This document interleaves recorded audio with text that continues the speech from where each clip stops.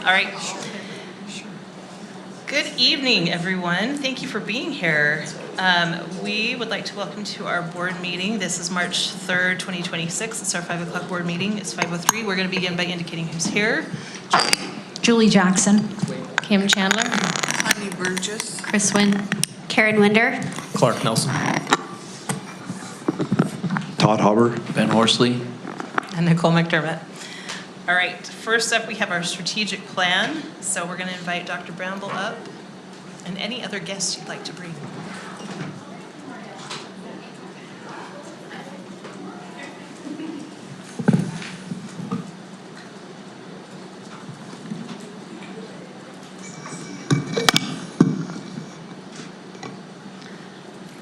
All right, good evening, Board and Superintendency. Thanks for inviting me to speak on this. We are looking again, as we have every other month, on the strategic plan report. So this is an update on some of those measures that we're looking at.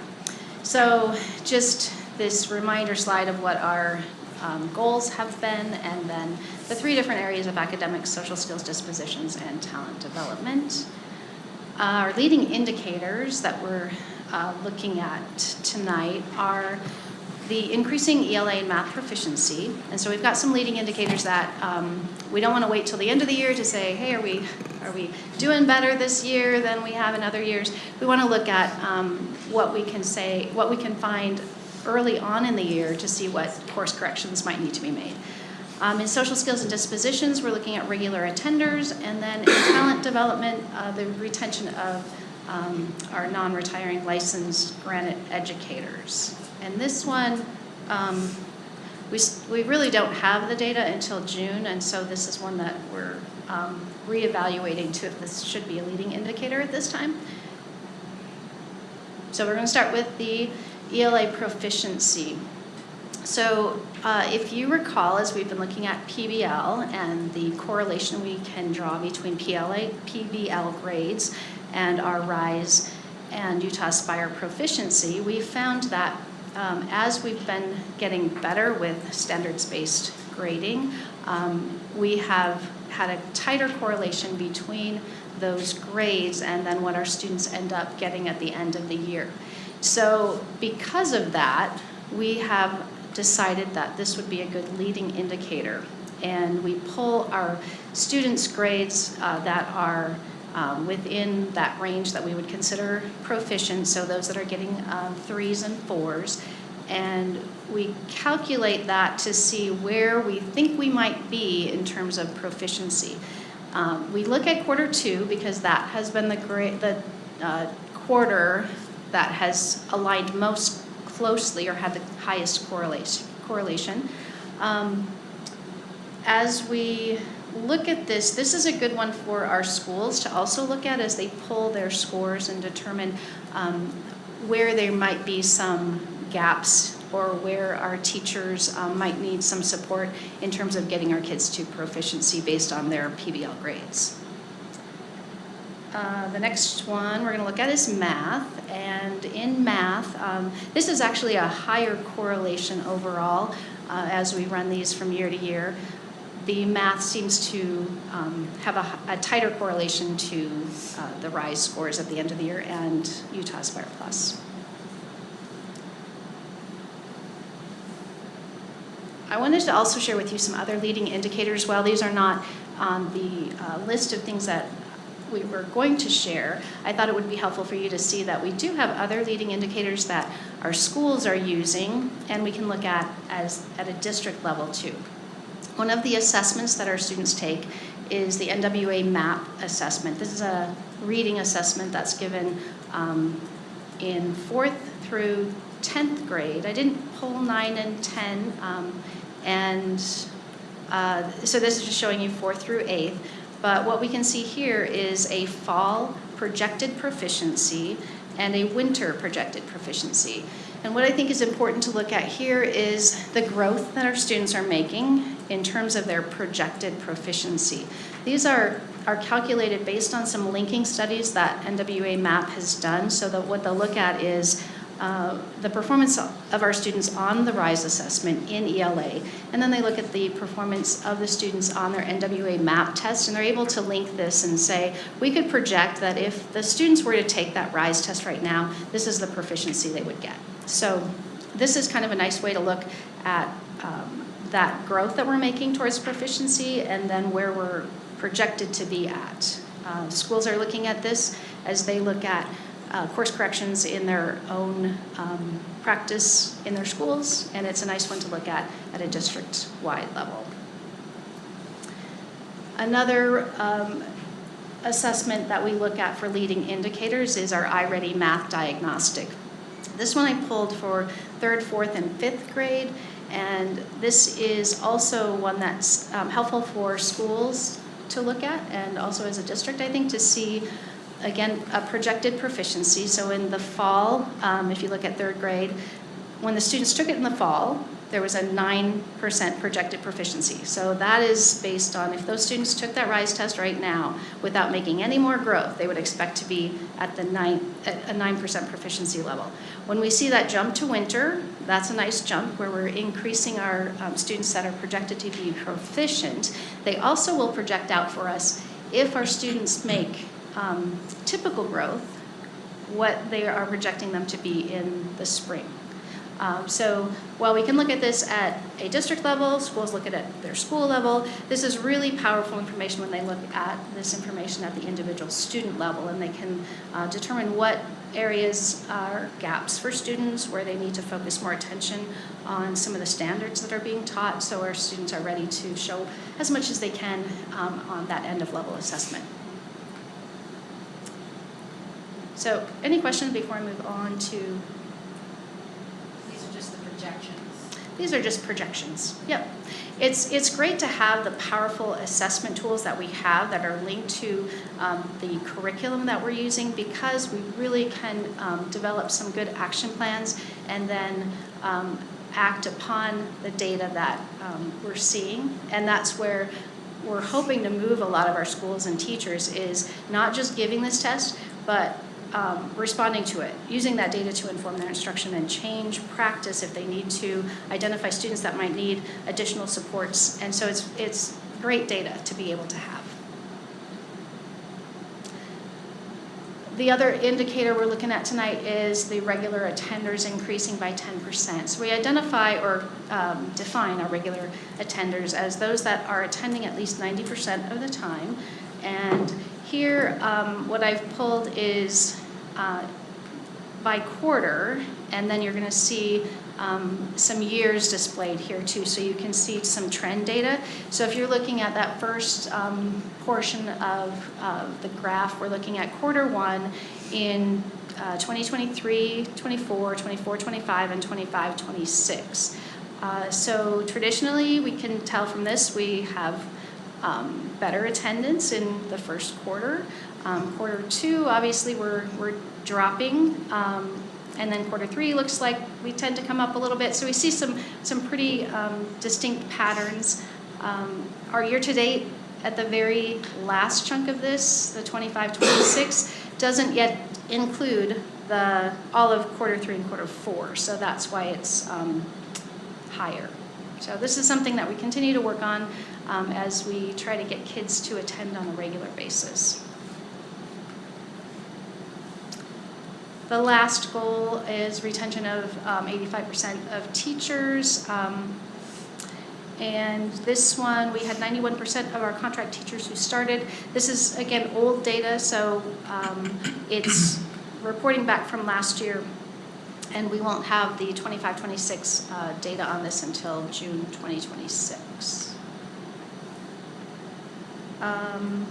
Actually, before I move to our boost report, I wanted to just also give a nod to the fact that the strategic plan goals that we've been reporting on this year have been reviewed and revamped a little bit quite a bit by our SALT committee. And so we're in the process of looking carefully at these goals and the measures that I've been bringing to you to say, are these really the right measures to look at for the goals that we've set? So know that That process is happening right now, and so some of these goals we're going to adjust just to make sure that we're looking at things that we think are the most important elements that we should be tracking.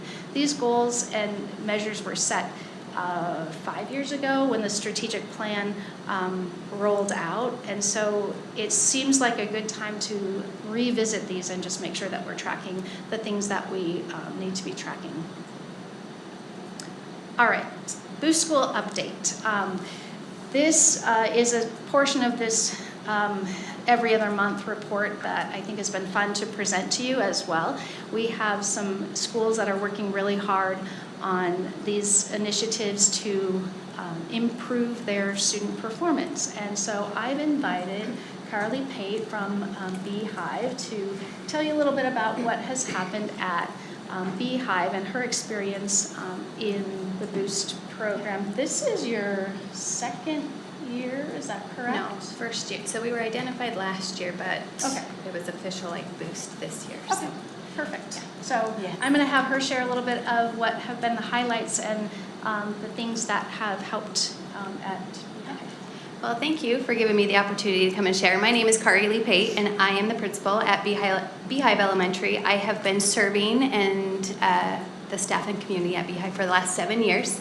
I am a graduate of Granite, graduated from Hunter High, so I feel like this is my home, being out in that Kearns network. I love it out there. Just a few things.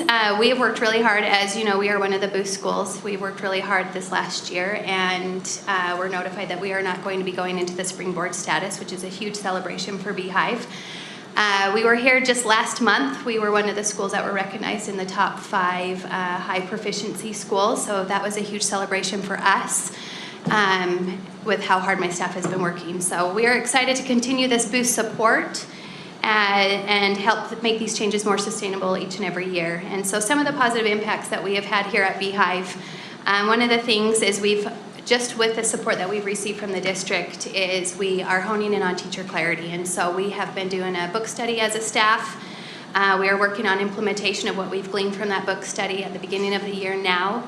And then we've been just targeting our PDs before and after school on teacher clarity. So it's been fun to get into the classrooms and see that change that is happening, the evidence of it in our classrooms. The other impact that it's had is having a full-time assistant principal. That's opened up so many doors for me as an instructional leader, but also having someone there full-time. She is also a strong instructional leader that shared responsibility and support in PLCs. She wasn't there today, and we have PLCs on Tuesdays, and I was in and out being pulled, and having someone there full time, it allows me to be in there and supporting and working alongside of my teachers. So that is a noticeable difference. Along with the classroom observations, with the teacher clarity, we are going into classrooms every week and providing feedback to our teachers. I feel like I've been in my classrooms a lot more this year than I have been, and having that shared responsibility with my assistant principal. She's going in there and we're able to give some consistent feedback as we are working on implementing that teacher clarity. She's also helped with the school culture, reinforcing and supporting our school-wide PBIS, setting those high expectations for our students and staff, and just having her there full-time too, it helps build those stronger relationships with the parents, teachers, and families. The operational support, just managing discipline, it's evident it's going to happen throughout the day, so just she's there for those day-to-day operations. It also, having her there to help with that discipline, it's allowed me to be more available and in the classrooms, much more than I have been in the past. And then she's also a change facilitator. It's been a wonderful support to our teacher clarity focus, just supporting with those PDs, the drop-ins, and those collaborative conversations that we're having with our staff. And then the other component that has been so beneficial as being one of those Boost schools is having a full-time instructional coach. I've been at Beehive, like I said, the last 7 years. I have never had an instructional coach up until this point, and so that has made a huge noticeable difference. She supports with improving teacher practices. She's creating those coaching opportunities. We've had a literacy coach as well as our tech coach, and having Marlo Ward, our instructional coach, it's been another breath of fresh air for our staff and getting in, providing another perspective. And she's also very data-driven within the instruction and facilitating collaboration, so she's guiding weekly PLCs. Again, Tuesdays are run by our coaches, and so she works alongside 2 grade levels where she's analyzing that student data and helping teachers adjust the instruction to meet the student needs. Building teacher capacity through those coaching opportunities too has been huge.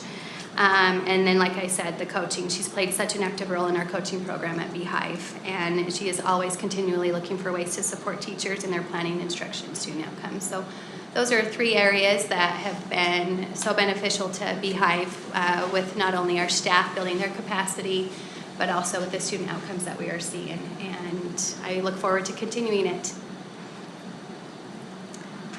Good job. Thank you. I also invited Ben Peters, but I did not communicate correctly that it was this meeting, and so I think he was thinking it was 7 o'clock. So I'm going to share with him, or share with you, what he texted me about the celebrations he's had at Magna as a Boost school. He said they have done the hard work of creating new PLC structures that are sustainable. They restructured their entire PBIS system during Q2. Magna had some real growing to do and some creation of new culture pieces and systems that were really important for him to build in the year that, and he's done a lot, their school has done a lot of hard work with that. They currently have all teachers and coaches and staff with the intent to return for next school year. They had a large reduction in office referrals from August to December. They're currently using all of the RISE benchmarks in grades 3, 4, and 5, and they got to celebrate that 5th grade on their most recent science benchmark, hit their end year goal of 23% proficient. They're on track to meet their yearly attendance goal of 1.5% increase from 87.24. They're currently at 90% consistently. They have had incredible community engagement at their STEAM night in the fall, and they will have a career night tomorrow night with 18 different businesses coming for students. And then on March 10th, they have their next big STEAM night. They've seen incredible increase in teachers' ability to use academic-specific praise and pressing students to explain their answers through the use of an AI technology that they're using called TeachFX. So he's quite excited and should be for a lot of the great growth they've seen there.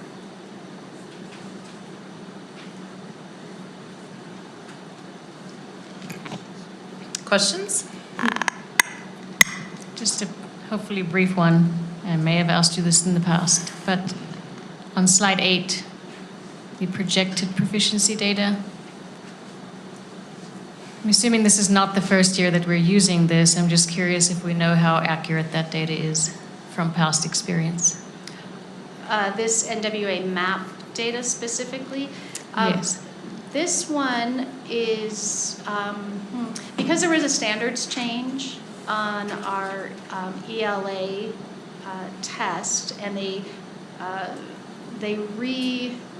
revised that from those standards.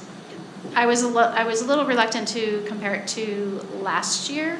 I'm confident in the large linking study that they did across the entire state, because there's a lot of other districts that are using NWA MAP. So I did not pull last year's data, but we do have it. But there are reasons that I didn't know that it would be really comparable. Okay, just was curious. Thank you. Mm-hmm. Good question. Any other questions? Okay, thank you so much. And thank You're you so welcome. really for being here. Thanks. Great work. Thanks.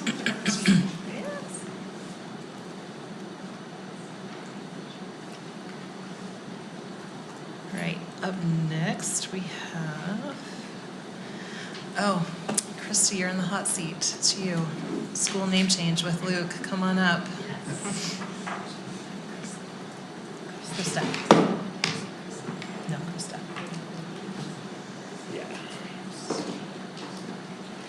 Sorry, if it came out as Christy, I know your name's Krista.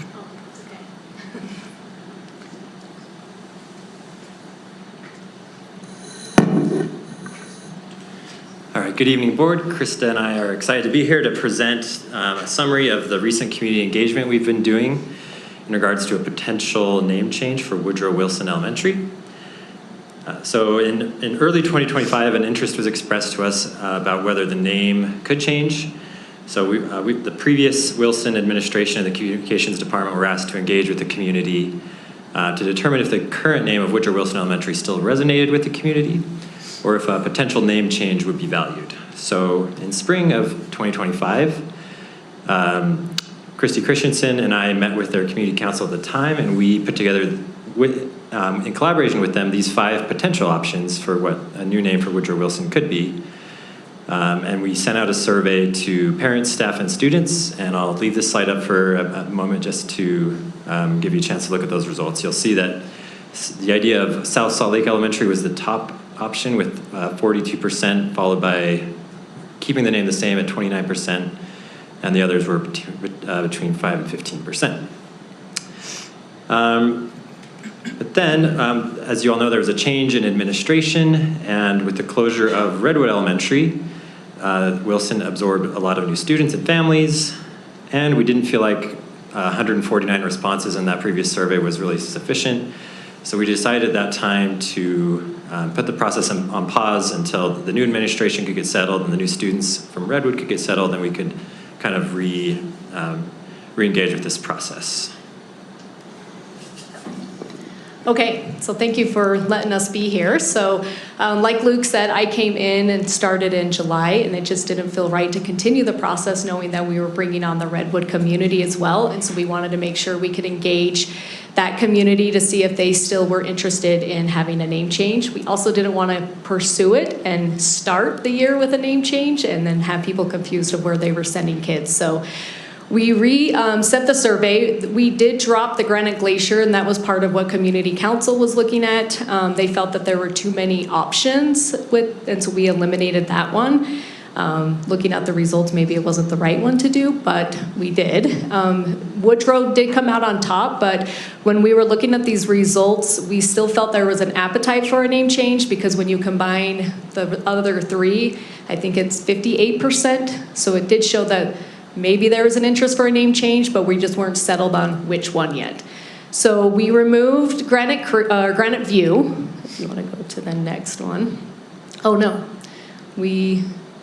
I see. We actually removed Granite View on this one and resent this and kept it out for another week just to see if it would help determine where we were at.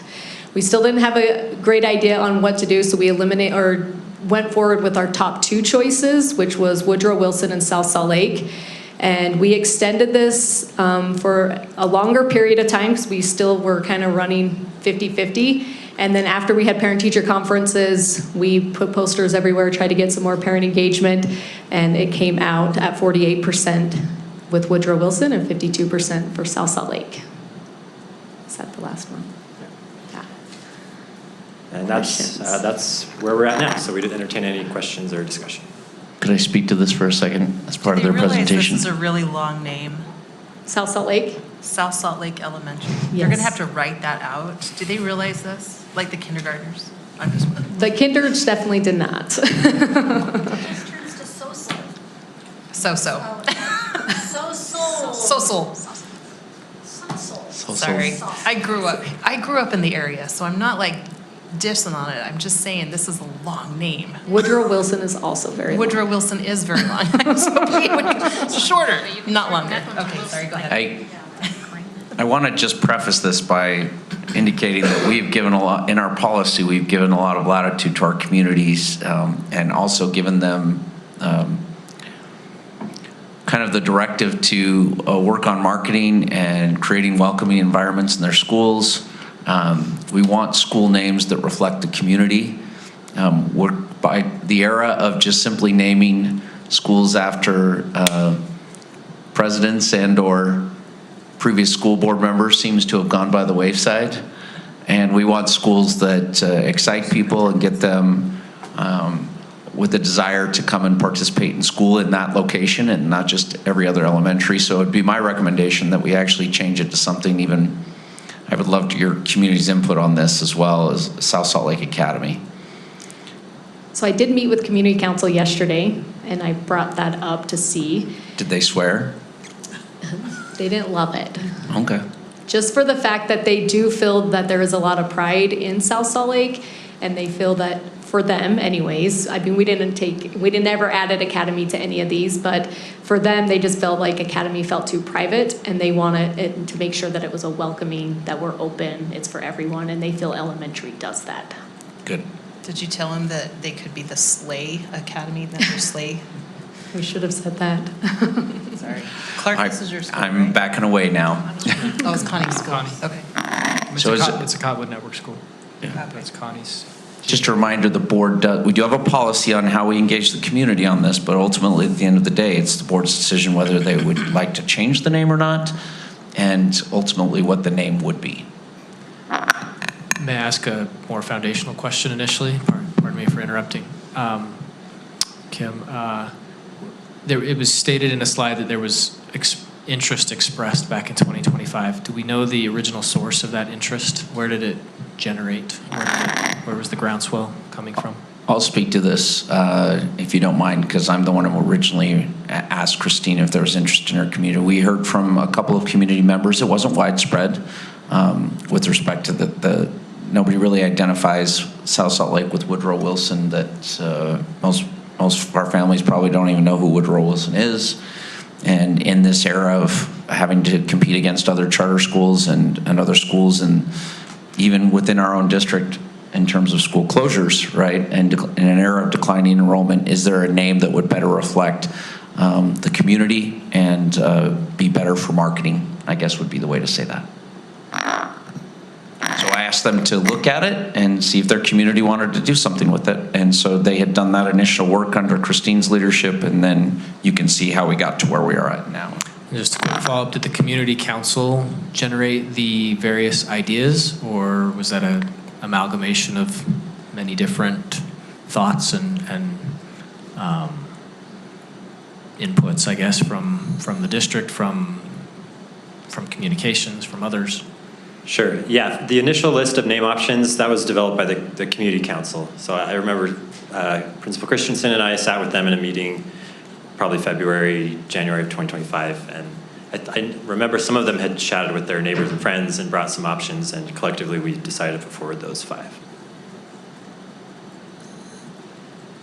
I was going to ask a similar question, so thank you for asking that. Just a comment then. After survey 3, I mean, to me, it seems a pretty close 48 to 52% that almost half the school doesn't actually want their name changed, if those are the options. Why would we go ahead with the name change with such a narrow margin? If I can just point to the data underneath the parent as well. I realize that's a small sliver versus the students and in terms of the total, but from a parent standpoint who represent the community more than anybody, I would think it's 60-40 still to stay put.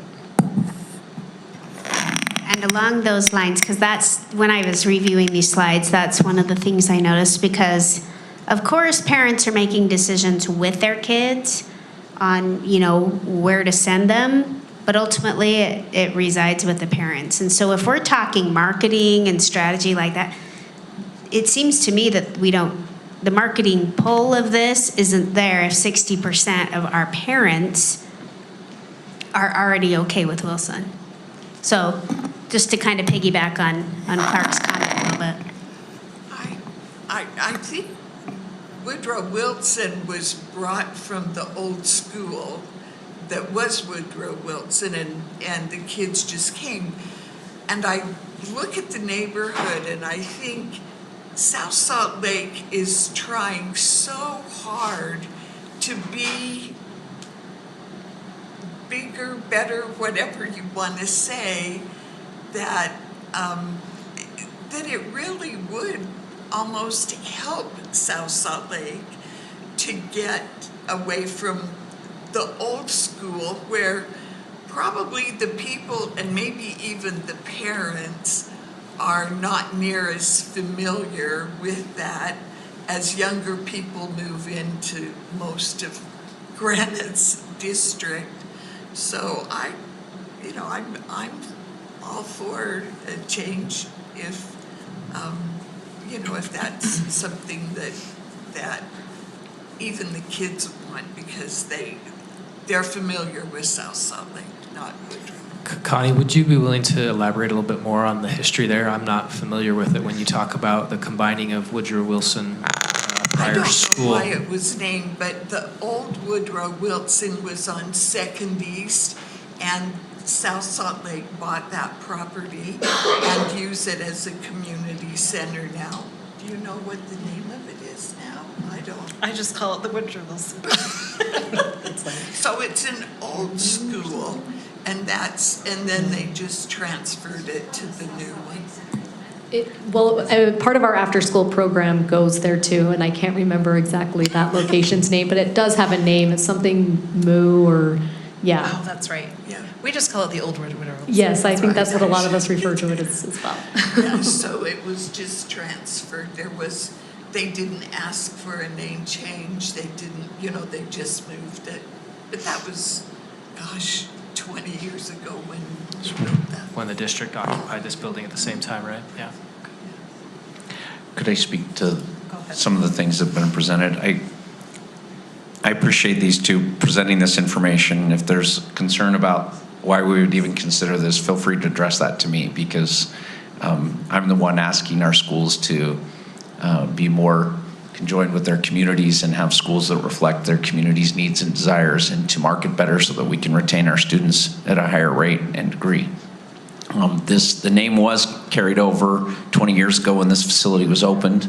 That being said, when we have closed old schools and rebuilt them, such as Olin Walker Elementary, which used to be known as Roosevelt Elementary, we have done so with the community, with a desire to again reflect something that the community can have pride in. And that's not to say that they can't have pride in Woodrow Wilson Elementary, but again, when families are moving into a community, it does spell itself out as just another elementary school in the neighborhood where I'm gonna, and we want our schools to stand out and be, we want them to be different. We want families to feel like they're gonna go and have a unique and welcoming experience. And so I recognize the numbers here are not huge. If you see the total up there, we had 67 parents participate in a self-selecting survey.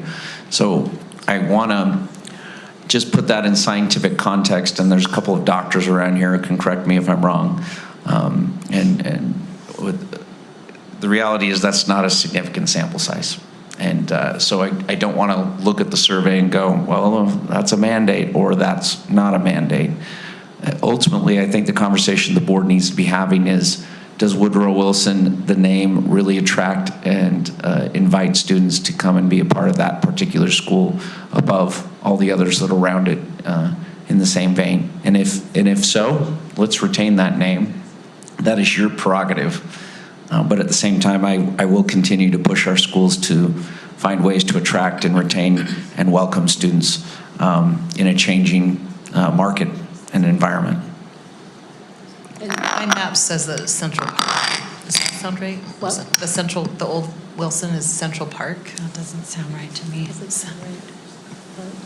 Central Park Community. Anyway, go ahead. I just have a comment. When I was reading the survey and looking at this, South Salt Lake to me sounds like not a Granite school. It sounds like a Salt Lake City School District name. So sometimes I think when we're on that edge of Salt Lake District and our district, and we have a school that has Salt Lake in their name, I would hope that they know that's a Granite school. But I think I've seen it with some of our other schools and bordering schools that they don't know they're in Granite when it comes to the names sometimes. But that just stuck out to me that with Salt Lake in the name, it could be confused that it's not a Granite school, it's a Salt Lake District school name. But anyway, that's just my thought. We did have a conversation that Canyons has a Granite Elementary, so maybe we should have a Canyons Elementary, but I don't know if this is the right location for that. Can I just make one more comment to the survey too? Because we did get more parents responding to this one, and it did show when you combined it, the three other choices, that it was a higher percentage of wanting a change, just not really solidified on which change. So I'm not sure when we kept sending it out if parents felt, oh, I don't need to take it, I've already taken that survey and I already made my vote, and so maybe we lost some parent participation from that when we sent it out again. And then another plug just for South Salt Lake, we do partner a lot with South Salt Lake. They run our after-school program. They're in our community. We're also working with them right now to work on a mural to get painted, which South Salt Lake is really known for. And so we just kind of feel that is our identity at Woodrow Wilson, that's where we reside. It's our location, and we do have South Salt Lake pride. I think the South Salt Lake administration, the municipal administration would agree with you in that regard, certainly. I am thinking of myself sitting in a community council meeting and them saying to me, what would you like your school to be named? And like, I'm just not sure that I would be picking the thing that was going to attract people. Like, I wouldn't be looking at it with a marketing brain. I would be looking at it with my, like, how do I build community? And that's what we want. But if our goal is to have a marketing brain, like this was, I don't think these were created with a marketing frame of mind. And I mean, I think that if that's what we want to do, we should be getting some expert marketers to suggest some names, and also Woodrow Wilson, and see, because I'm not sure that South Salt Lake, I mean, I don't know, but I mean, is that going to, if the goal is to attract more kids, is South Salt Lake Elementary going to attract more than Woodrow Wilson? I'm not so sure. If the goal is to create stronger community, which also could then, you know, attract more kids, maybe so. And also, it could really strengthen our relationship with South Salt Lake and South Salt Lake Promise. And I mean, a flagship school, we know, is a big deal. It is a big thing. So anyway. I would agree with everything you just said, and just again applaud these two individuals for working within the confines of the policy for name selection. And if marketing, if going out and getting some additional opinions was part of that, I certainly, obviously we have a limited scope and how we could produce those names based on how the policy is written. But you're not wrong. It's just a matter of resources, and again, when we have a self-selecting survey, we have to kind of take the data for what it's worth, I guess. Krista, what's your mascot?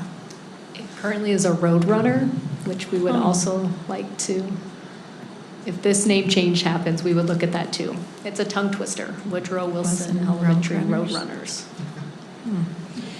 Do we have, are there, I mean, we don't vote on this today. Are there two, is there a first and second reading, or what's this? It's generally been on your consent agenda. Okay. So they come and present the information. We Is it usually on consent today and I missed No, it? Oh, no. okay. This is just the information item, and then now you can tell us what you would like us to do. And then we go back out and do some work. If you want it on consent next time, then you would let the board president know about that. If you'd like us to go out and do some additional work on this, we'd be happy to.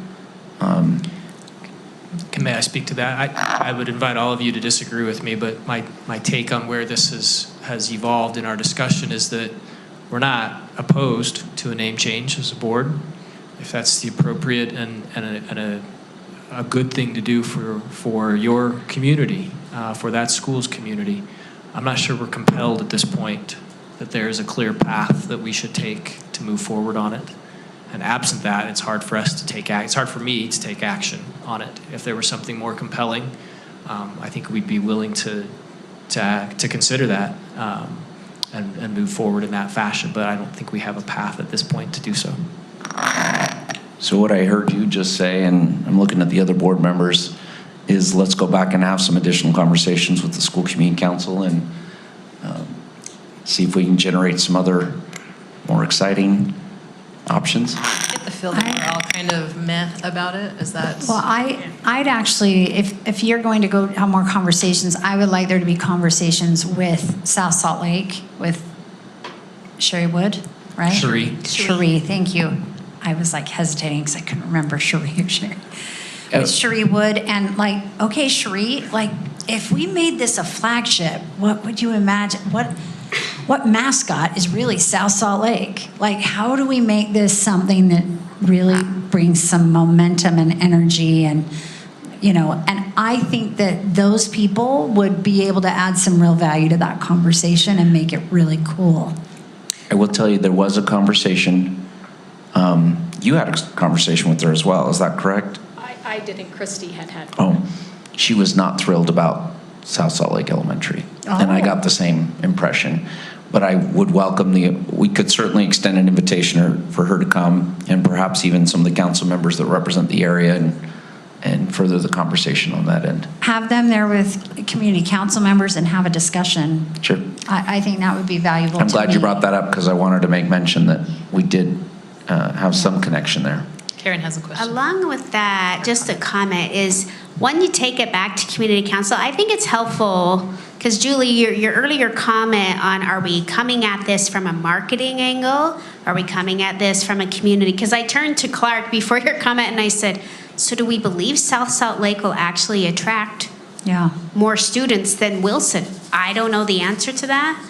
I understand the community cheering for that, but I'm not sure if it's marketable, because those are two different things. So I think that community councils are, you know, they have very intelligent people who are willing to come out and volunteer. And so I think having a conversation not only on potential additional names, but what those names mean. What are we after? Are we going to try to just cinch this up and say we want a name that is so strong that's going to get our community so on board that then it's going to turn into marketing? Because I think, I don't know who said it earlier, some of these early conversations, it's probably like, oh yeah, let's do, you know, let's pick these names. Well, what are you picking them for? Are these names community you're going to like, or are these names that you're going to recruit from other areas? So I think as you lead that discussion, my suggestion would be have that open conversation on, are we picking names for marketing? Are we picking names for community? Or maybe there's crossover and we can come up with a winner that does both. So as a board member, that's kind of the question I'm looking at, is what is our purpose in the name change? Is it marketing, or is it community, or can we find a magic sweet spot in between those two where they overlap? I think that, to me, like I say, I grew up in South Salt Lake, so that's not a negative to me, but I heard that, and my first impression was like, really? Because it is long, and it's something that's cumbersome to, and that's not negative about South Salt Lake, it's just that to me does not spark any like, yay, yes, that's where I want to go. And I would love to see something that's like super exciting, that the families are all excited about, the community is excited about. And I appreciate that when you guys showed that the students, they look like they're very excited about a name change, period. Yes. And I like that you had Granite View as one of them, and the students were very excited about that one, obviously. But I don't know. I get that feeling that we're all kind of there, that we would like to have you maybe revisit this, and just putting a plug in for the academy. And I realize I understand what they're saying, that it's not as inclusive, but at the same time, it's amazing what you do when you slap academy onto a name and everybody thinks it's a charter and it's exclusive and it's really cool to go there, and you attract a heck of a lot more kids. And so I don't know if that's maybe something to bring up. And anyway, it's just in this day and age when we are competing against other charter schools, that's something that to me is very important for people to understand, that yes, we want to be inclusive in everything, but we have to be marketable to people. So it sounds like I think we want a little bit more on this. So, but would you agree that really only more about it if the community wants to bring it back to us? Like, we aren't sending out like, you need to we're not bring saying, back something else. Yeah, if they don't want to do it, then that's fine. But having them understand the purpose that we do, I think it's great that they want it to be something that's identified in South Salt Lake. Let's talk about it. Mill Creek's already taken, that's a big thing, but you know, what else is there in South Salt Lake that could be, you know, impactful, marketable, something Let's go with Water Tower Elementary. Well, it's getting repainted to say It South is, Salt Lake. it's going to look really nice. I mean, South Salt Lake's a very unique place, and so I think it should reflect that, the diversity of South Salt Lake. Yeah, I mean, That's what I'm saying. There's so much diversity. There's the It's huge really- refugee yeah. population. It's really a rich Has area. a lot There's of rich got to be culture something to it, so- more to celebrate there, Yeah.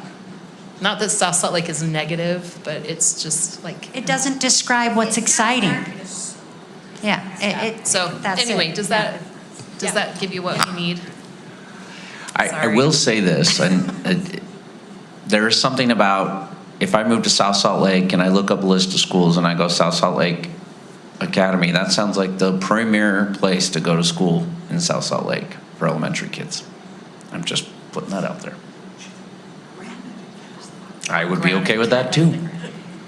But South Salt Lake ties into, if I'm moving to South Salt Lake, you see what I'm saying?